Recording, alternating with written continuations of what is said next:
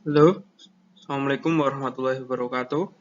Eh, Selamat pagi, anak-anak. Ini kita akan membahas tentang membaca prosesor ya. Mungkin kalian sudah kemarin baca PDF-nya, mungkin pada bagian ini, wah, iki opo to Pak, bingung. Nah, kita akan jelaskan singkat. Nah, langsung saja untuk menyingkat waktu. Nah, misalkan nanti kalian ketemu prosesor dengan seri Intel Core i7 5600U prosesor. Terus yang kedua adalah Intel Core i7 4900MK prosesor. Bedanya apa sih? Nah, pertama kita baca dulu ya. Intel Core. Nah, ini mereknya ya. Jadi mereknya itu Intel Core. Mungkin ada yang nanti AMD, kemudian mungkin ada yang lain. Nah, biasanya kalau prosesor itu ya kalau nggak Intel AMD, jarang pakai prosesor yang lain.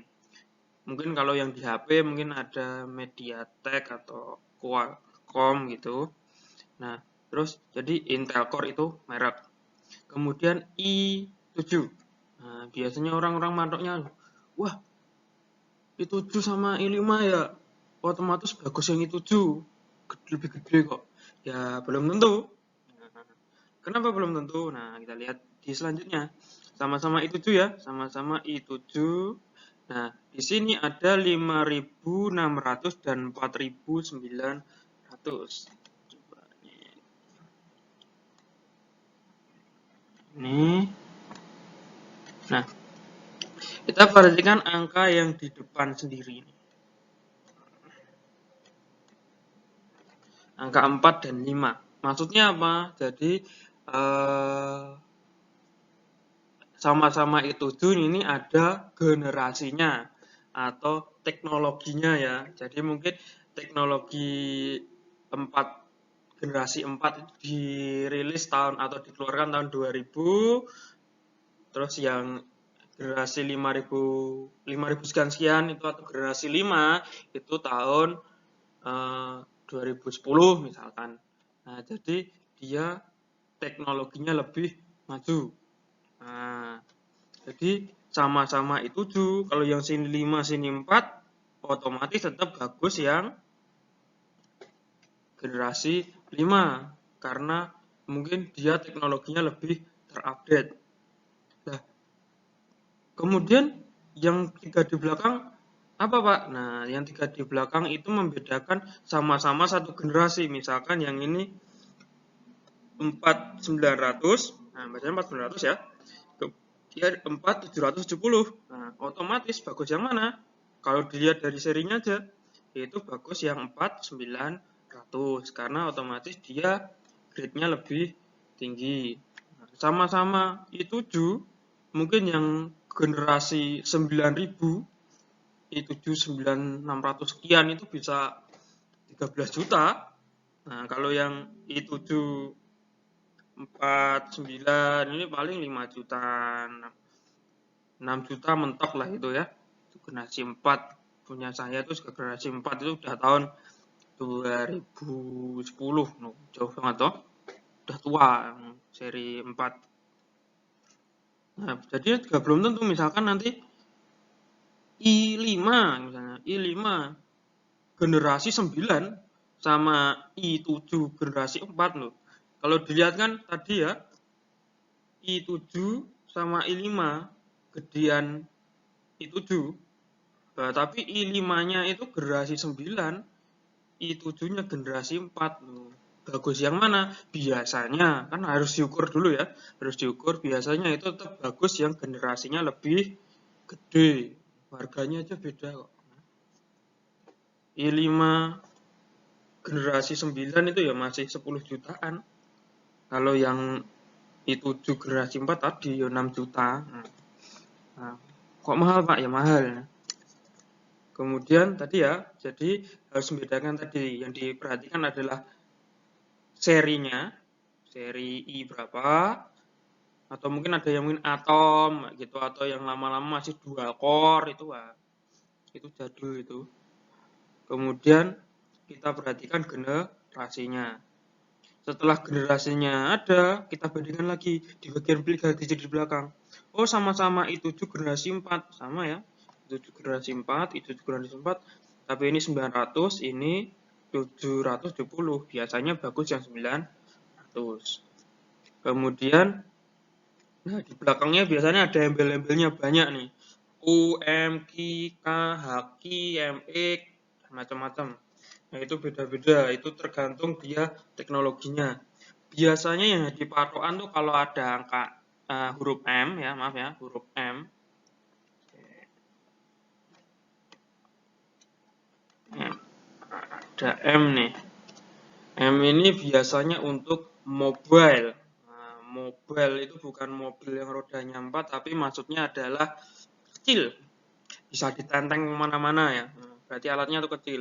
Biasanya mungkin untuk tablet, HP, kemudian HP yang high-end ya, HP yang mahal-mahal itu biasanya yang pakai Intel. Kemudian adalah laptop. Kemudian U. Nah, kalau U itu artinya ultra low power. Ultra itu sangat ya. Ditulis nggak ini? Sangat.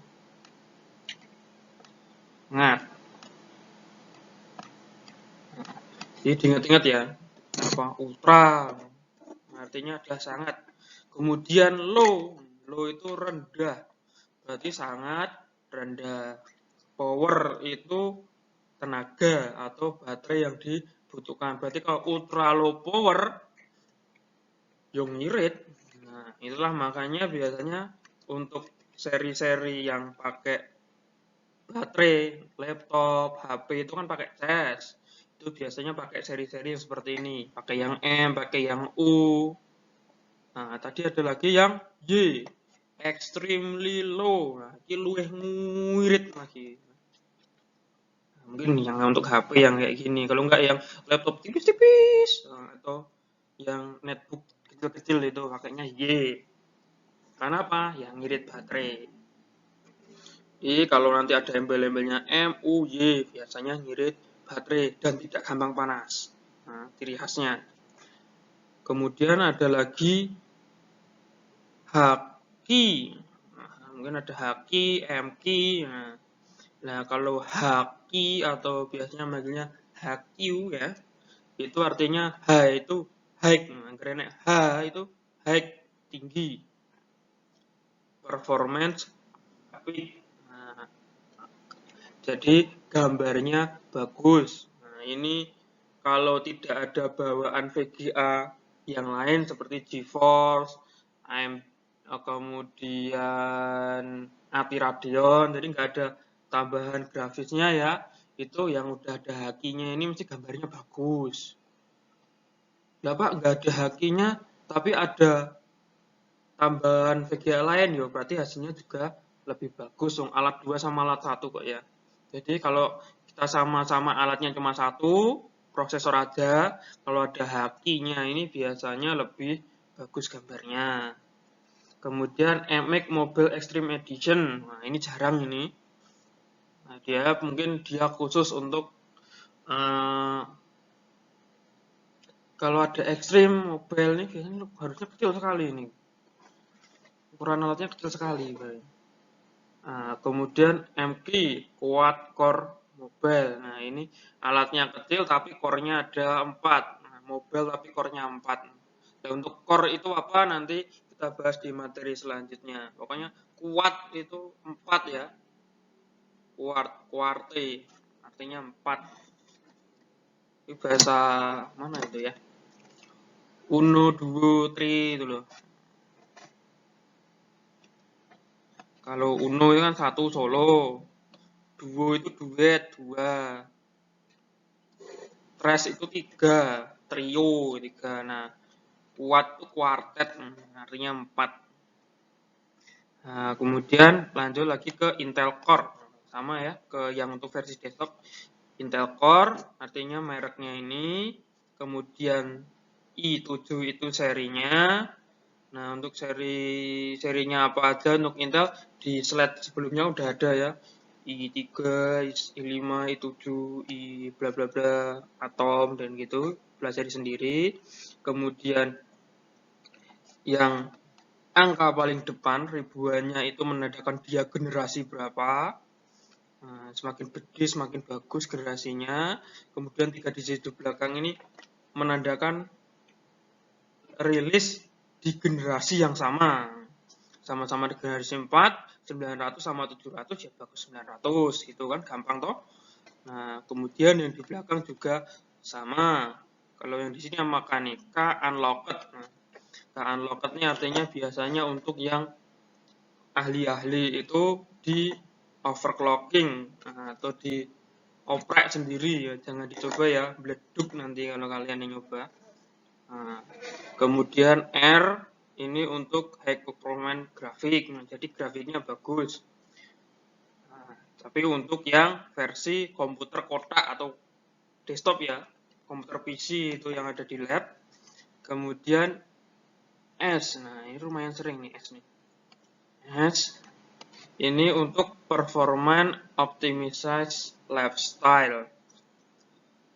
Gampangannya kalau yang S itu buat orang ngetik, nah orang-orang kebutuhan seharian buat ngantor-ngantor, buat tablet, kuliahan, yang gitu enak pakai S itu. Ya tadi hampir sama seperti yang di mobile, dia ngirit. Nah, tapi ini versi yang